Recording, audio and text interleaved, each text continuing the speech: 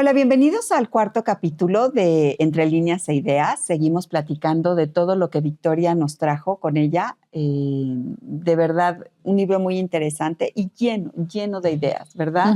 Lleno de muchos temas para platicar, ¿no? Muchos temas para compartir, para platicar, para hacernos reflexionar, para conocer.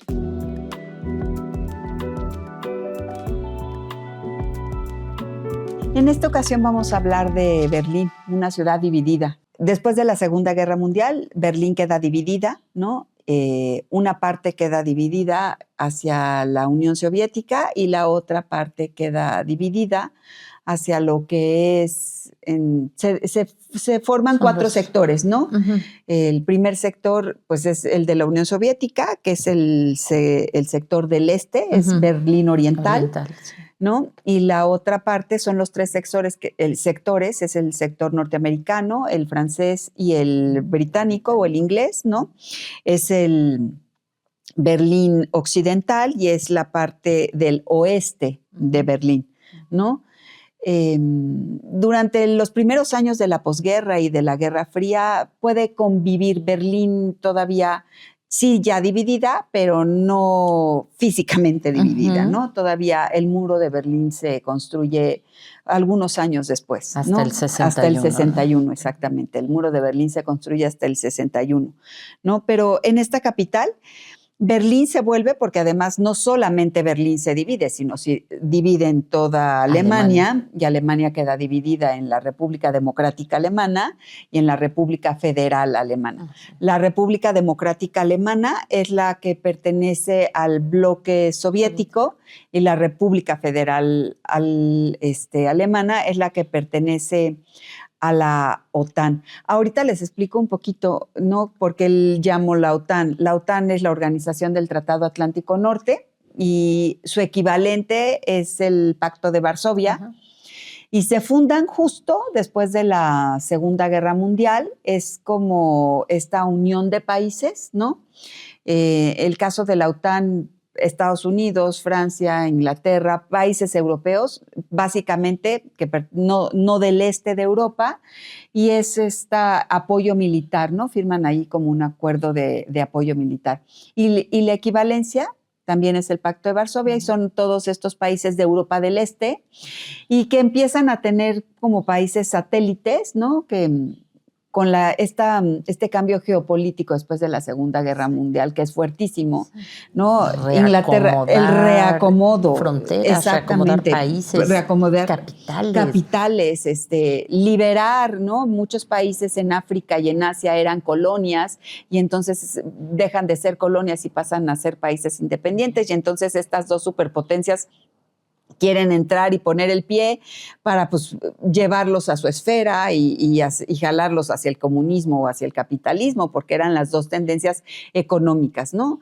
Las ideologías. Entonces es una etapa de mucha propaganda ideológica, ¿no? Exacto, esta parte del... Y de hecho, Berlín, a pesar de que toda esa zona, como tú dices, pues está sufriendo una posguerra muy, muy violenta, Berlín queda atrapada, ¿no? Es una ciudad que queda atrapada dentro de este país que se dividieron.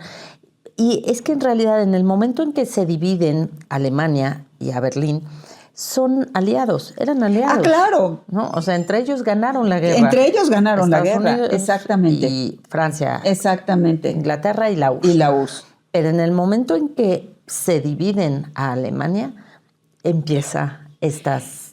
Claro, porque además hay que ubicar un poco esta escena, ¿no? En donde entran los rusos, los soviéticos a Berlín, y entra también los aliados. Cuando digo los aliados hablo de los norteamericanos y los ingleses a Berlín. Entonces todos llegan al mismo tiempo a Berlín porque de alguna manera era... Y porque se rinde, Alemania se rinde. Claro, Alemania se rinde, ¿no? Ya no había... Y además pues había que ver si podía rescatar, bueno, rescatar no, la palabra no, muy mal empleada, pero si podías tomar preso a las grandes cabezas del Tercer Reich, ¿no? Exacto. De los nazis. Entonces, pues obviamente todos llegan ahí como moscas a la miel a Así Berlín, es. porque era el centro básicamente de todo el conflicto. Exacto. Y Berlín pues estaba destruida. Más del 70% de su infraestructura estaba en ruinas. Wow. ¿no? Las calles eran escombros. Todo eran escombros, y los berlineses pues tenían hambre, tenían miedo, tenían resentimiento, y no sabían qué iba a hacer de ellos. Realmente eran los perdedores de la guerra, eran los malos ante los ojos del mundo, ¿no? Aunque fueran personas de a pie, común y corriente, pero pues estaban estigmatizados, ¿no? Entonces estaban castigados, estaban una situación muy precaria. Ya sabemos cómo son además los inviernos, con tu ciudad en ruinas, niños, mujeres embarazadas, niños naciendo. Pues un poco las escenas que vemos hoy en Gaza y cosas así.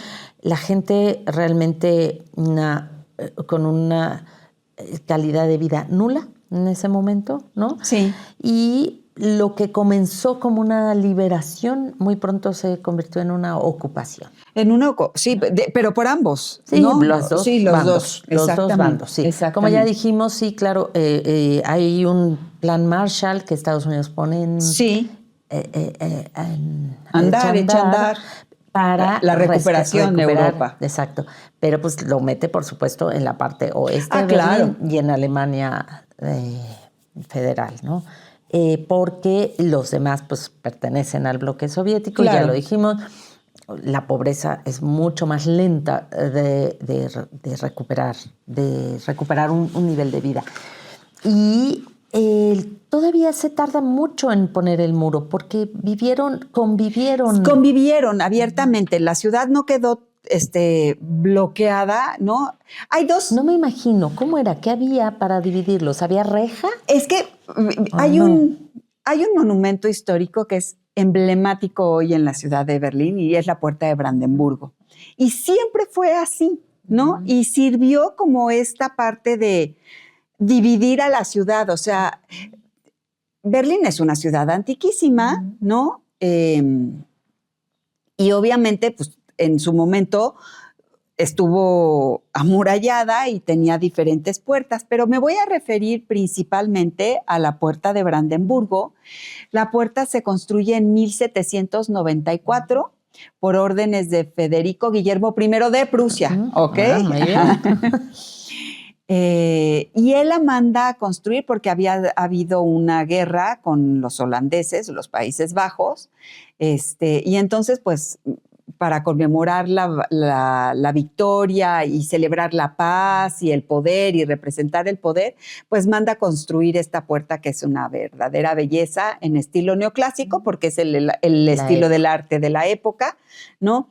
Y la coronan con una cuadriga de caballos y la victoria alada, ¿no? O sea, nuevamente la victoria sobre esto. Y entonces, esta es como la puerta principal de la ciudad. Bueno, ahora, siglos después de la Segunda Guerra Mundial, la puerta, pues, es este punto en donde vamos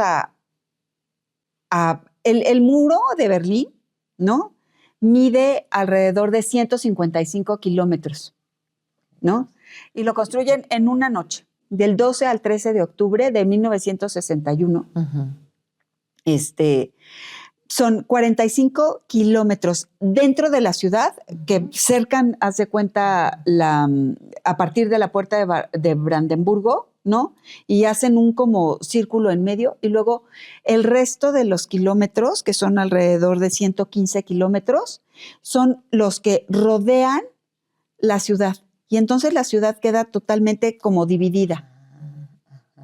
Aislada del resto de Alemania. Exactamente. Entonces, queda como anulada la ciudad de Berlín, esa fuerza, ese poder, todo lo que representaba Berlín en su momento, en la época del Kaiser, en todo esto, queda totalmente anulado. Y se trataba eso, ¿no? O sea, de alguna u otra manera, Alemania siempre se le responsabilizó de alguna u otra forma por las dos grandes guerras, ¿no? Entonces había que neutralizarla. ¿Y cómo la vas a neutralizar? Voy a neutralizar su capital, Berlín. Sí. ¿No? Entonces por eso Berlín se ve pues bloqueada. Y el muro realmente es una sorpresa para todos, ¿eh? O sea, no todo el mundo, nadie, ni los gobiernos. Yo creo que los únicos que sabían que eso iba a suceder eran los soviéticos y los altos mandos del gobierno alemán. De ahí en fuera, nadie se lo esperaba. De hecho, en la novela de Victoria hablan mucho de que no, nunca va a pasar y nunca nos van a dividir y de repente amanecen con un muro, ¿no? Y a lo mejor por tu calle pasa el muro. Sí, quien quedó allá, quedó allá y quien quedó aquí. Y quedó aquí. Y a lo mejor al principio era muy flexible el paso, ¿no? De un lado a otro. Pero después, conforme fue pasando el tiempo, se fue volviendo mucho más rígido el paso, mucho más cruento, mucho más difícil de accesar a un lado, ¿no? Ni con permisos especiales, ni pasaportes, ni nada, ¿no? Ya habíamos hablado del Checkpoint Charlie, ¿no? Fue uno de los cruces más importantes, por ejemplo, de la ciudad. Y pues bueno, dependiendo del lado en el que estés parado, ¿no? Y como lo veas y quien te platique la historia, las víctimas de personas que intentaron cruzar el muro, unos dicen que fueron alrededor de 86 personas, ¿no? Y otros dicen que fueron como 240 personas, ¿no? Los que sufrieron, los que fueron asesinados. Esa noche. A lo largo del periodo del muro. Ah, ok. ¿Ok? O sea, esa noche pues obviamente fue un ir y venir y al principio la orden no era tanto tira a matar. Esa orden de tira a matar se fue como desarrollando, gestando después, ¿no? El muro verdaderamente para la parte soviética era un muro que justificaba el antifascismo, ¿no? El que había que salvar a las personas, el que había que bloquear esta parte. De hecho, hay una parte en la novela que me encanta en donde estos colores estridentes que usan ¿no? Ajá. Y se visten y las mujeres que se maquillan. ¿No? Juzgando la apariencia y como si esto fuera amoral. ¿No? Totalmente amoral. Y para el lado occidental, el muro representa una vergüenza.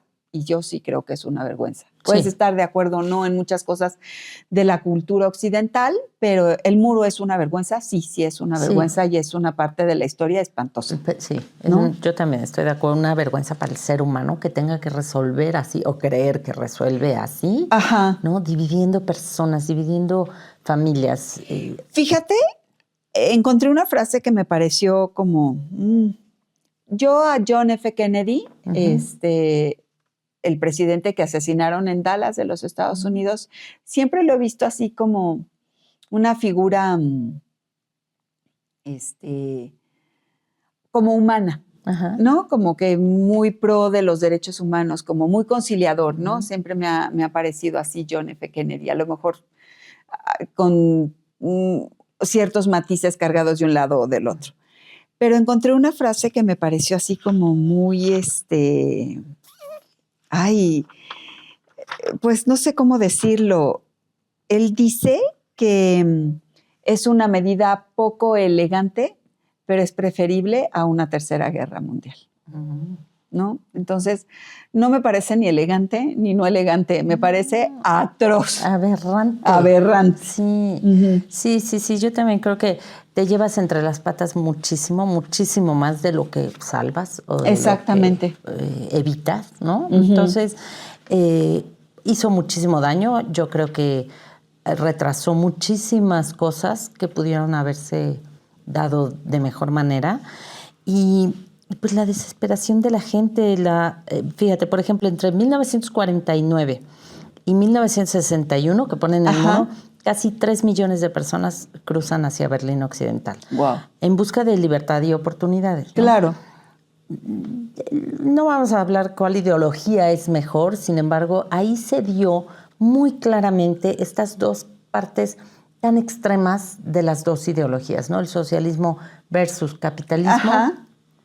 Ahí era el extremo de las situaciones, ¿no? Sí. En Berlín, verdaderamente esta que nos impacta tanto a los que vivimos de este lado, que es esta frialdad, vivir en lo gris, vivir en la seriedad, Ajá. en el, pues tengo que comer y ya, ¿no? Y no tengo me nada más que hacer. Exacto. Y es con lo que me voy a conformar. Exacto, ¿no? Ajá. Ella describe muy bien estos edificios, ¿no? Como sí. son todos iguales, todos. Y bueno, ¿cuál te dan para que vivas en? Y además los privilegios que te daban si obedecías. Ajá. Y si no obedecías, cuidado. Cuidado, porque a dónde te mandaban, ¿no? Eso me parece gravísimo, tristísimo y que provocó un retraso muy grande, ¿no? En el desarrollo de Alemania. Y vivir del otro lado, del lado occidental, pues con mucho más privilegios, claro. aún cuando estás aislado. Pero sí tienes acceso a Occidente. Bueno, de entrada, recibes el beneficio del Plan Marshall. Exacto. ¿No? Entonces, ya simplemente eso, pues ya tienes este apoyo y esta certeza de que por lo menos el país va a recuperarse en cuanto a infraestructura, va a haber una inversión, va a haber trabajo. Exactamente, va a haber trabajo. Suministros, comida, cosas, ropa. Yo conozco una persona que vivió prácticamente, nace casi al final de la Segunda Guerra Mundial y vive toda su infancia dentro de la posguerra, ¿no? Y vive en Alemania. Él es alemán. Y él platica que su primer chocolate lo comió a los 14 años. O sea, imagínate, ¿no? Y el par de zapatos que tenían entre su hermano y él, ¿quién va a salir a la calle? Tú. Entonces tú te llevas los zapatos y yo me voy a quedar en la casa. Yo voy a salir a la calle, tú te pones los zapatos y te vas. Compartían un par de zapatos entre dos hermanos.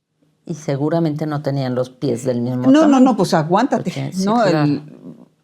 Ya sea que te quedaban grandes o que te quedaban chicos. Sí, ¿no? qué cosa. Pero sí las historias se repiten una y otra vez en diferentes familias, en diferentes tonos y en diferentes circunstancias. Entonces sí creo que ha de haber sido un periodo muy difícil.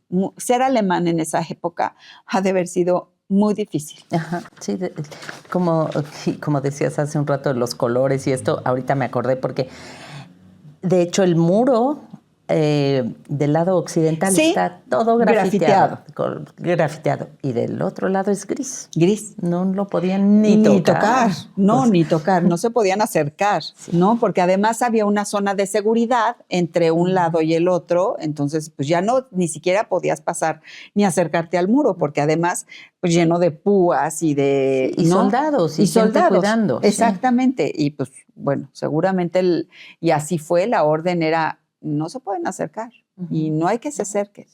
Sí, la propaganda comunista también. Sí, claro, porque nosotros cuando hablamos del macartismo, hablábamos de una propaganda, ¿no? Ideológica en contra del comunismo y en contra de todo esto. Pero el comunismo también tenía su propaganda en contra del capitalismo y era prácticamente el mundo totalmente...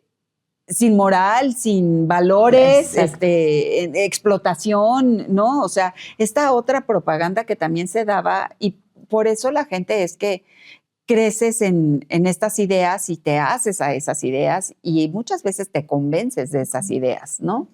Pasa en el libro precisamente que la hermana de ella, ¿no? Sí, es una muestra muy clara de... Ella creía mucho más en lo que se estaba dando en la República Democrática Alemana. Y le parecía que eso era lo correcto, Exacto. Que eso era lo que iba a llevar a que todos fuéramos iguales, a que todos tuviéramos oportunidades. Y ese es un gran rompimiento entre ellas dos. Bueno, no es el rompimiento, no entendí dónde estuvo. Yo creo que el rompimiento está desde niñas, sí, ¿no? ¿verdad? En donde Victoria siempre brilló mucho más que ella. Ajá. Victoria era guapa, era inteligente, tenía carisma, y Rebeca no. Sí. Pero Rebeca le quita... Le quita todo. Todo. Sí. O sea, se ve que es con mucho dolor, Rebeca, ¿no? La hermana, con mucho dolor, mucho resentimiento. Mucho pero resentimiento. Es una hija. Sí. Le hace la vida imposible. Imposible, siendo que dependía de ella. Ajá. No, que o sea, siempre, siempre dependió de ella. Y Victoria era la que salía, era la que se enfrentaba, era la que se arriesgaba, era la que pasaba por situaciones terribles para regresar a su casa y darles lo mejor que podía. Ajá. ¿No? Sí, lo que podía. Lo que podía en ese punto. Sí, entonces sí creo que esta historia, a pesar de ser una novela, se ha de haber visto muchas veces.